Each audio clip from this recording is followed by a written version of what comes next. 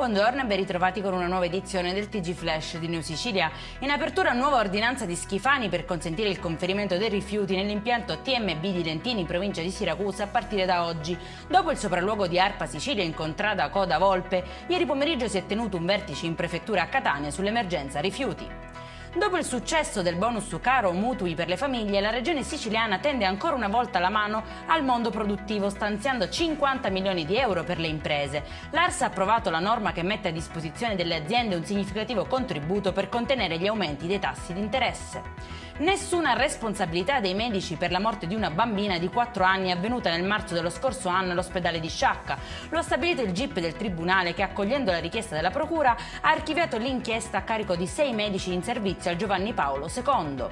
Codice rosso per un trentenne di Gravina di Catania che, mentre era alla guida di uno scooter, si è scontrato violentemente con un furgone lungo la strada provinciale 160 tra Ragalna e Nicolosi. Necessario il trasporto al Cannizzaro in elisoccorso a causa delle gravi ferite riportate.